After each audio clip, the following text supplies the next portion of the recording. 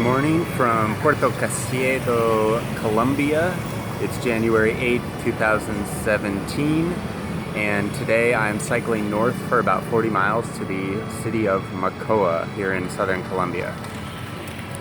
This is my hotel that I stayed at last night right behind me, and this way is where I'm going. Mocoa. So the sign there is saying 59 kilometers to Mocoa. That's where I'm going today. Hola.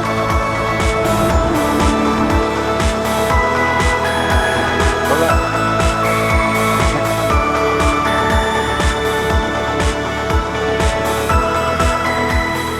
The landscape has definitely changed from when I was in Ecuador. I mean, it really felt like the rainforest when I was there, and now it's starting to feel more like farmland. Rainforest and farmland. So in just a matter of minutes, I've already gone the first 4 miles. I'm going 40 miles today, so I'm 1/10 of the way there. If it stays like this, I'm gonna be there in no time. The road is flat, perfectly paved, and not too much traffic, although it does feel like traffic is a little higher today than it was yesterday. Maybe because today's Saturday. But anyways, yeah, it's nice. I'm cycling under a beautiful little canopy of trees right now. The road is going slightly uphill, but not enough to really slow me down.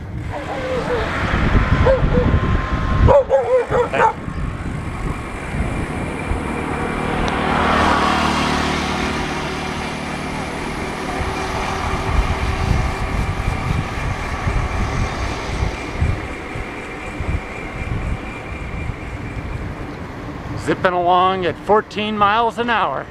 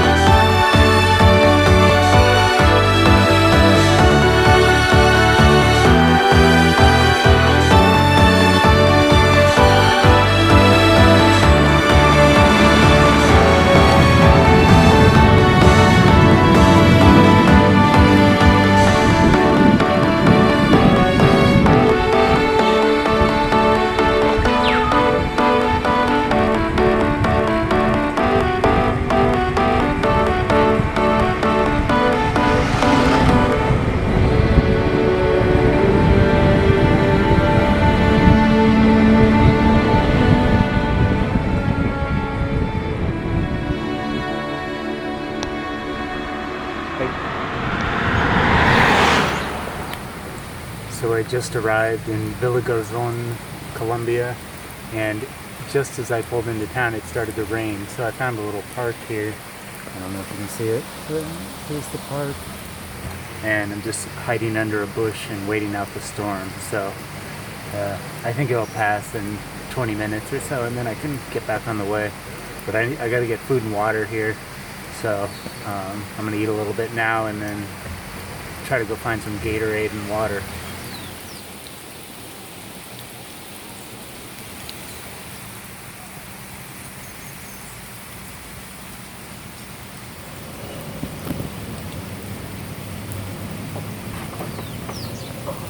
I had to move spots because I was getting drenched under that bush.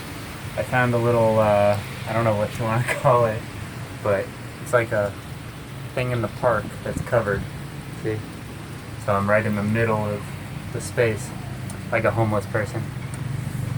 Yeah. So I've been sitting under that covering for the last hour or so. It's stopping, the rain is stopping a little bit, but I've kind of decided to just stay in this town, I think, for tonight, and then I'll go to Macoa tomorrow. It's only 10 miles away, but there's like a nature reserve and a waterfall in between here and there, and so tomorrow, if I stop at those two places, 10 miles is a good distance. So yeah, I'm gonna try to find a hotel now.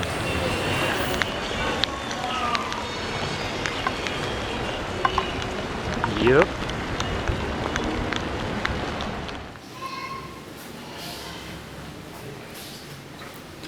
So I just arrived. I got a hotel room for the night. It cost me 25,000 Colombian pesos. I'm closing the door here. Okay.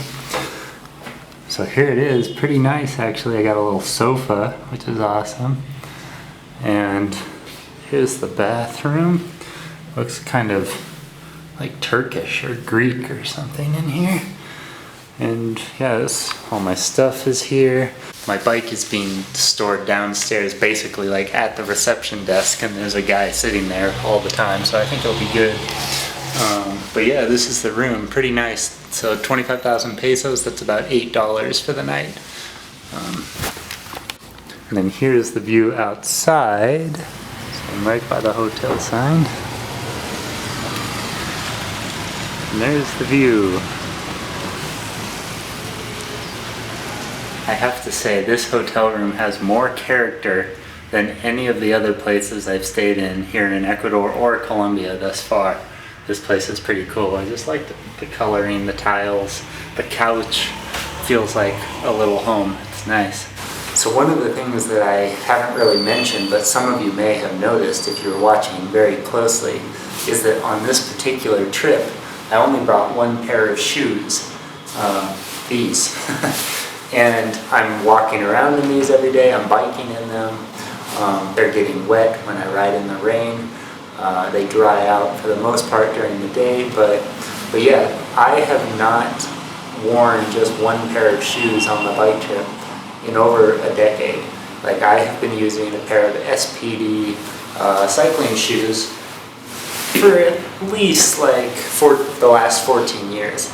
This year, however, I just wanted to save some weight on my bike, and I knew that I was going to be spending a lot of time not on my bicycle. So I decided to go with these shoes, which I bought in Romania about 2 years ago, and like they're very solid on the sole. Like, these are not like running shoes; these are basically like hiking shoes that look like running shoes. So they're working pretty well on this trip, and I'm getting used to the fact that I'm not clipped in to the pedals. However, the major downside to having only one pair of shoes is that when it rains or your shoes get wet in any other sort of way, you step in a puddle, you've only got that pair of shoes. And it was kind of nice when I did have two pairs to be able to cycle in one pair, and then at night, walking around town, have a separate dry pair of shoes to walk around in. So right now my shoes have been wet for several days on this trip, and the wet shoe doesn't really bother me, it's the wet socks. I have 4 pairs of socks that I brought with me on this trip, and I'm basically rotating through them all the time, trying to just keep one pair at least dry. So anyways, they're working out pretty well so far, but there are some downsides to simply having just one pair of shoes. So the time has come for me to look for food again. This is my least favorite part of the day, although it is kind of fun to just see what's happening around town. I really don't like the food in Ecuador and Colombia. Being a vegetarian here sucks. So I just went to another restaurant, a different restaurant, and asked for vegetarian chop suey or something like that. Basically mixed vegetables. That's what I wanted. With mixed vegetables with rice. I said verduras con arroz. Vegetables with rice. Sin carne, sin huevos. That's what I said. So here's what I got when I asked for vegetables and rice with no meat. The rice has meat in it. Meat. And the vegetables has meat. There's a shrimp, more meat, etc. So that whole meal that cost me, this cost 15,000 Colombian pesos, which is like $5-6, is going in the trash. So yeah, I'm seriously becoming quite frustrated with the food here in Colombia and Ecuador. Like, it just sucks. Being vegetarian here sucks. I think if I ate meat, like, this food would be fine. But I don't. I've never eaten meat, and oh God, it's just frustrating. Growing up in Southern California, you don't realize how good it is, until you go to parts of the world where being vegetarian is just, what? They don't even understand that. To them, I guess that's without meat, but for me, that's loaded with meat. Not the best way to end the day here.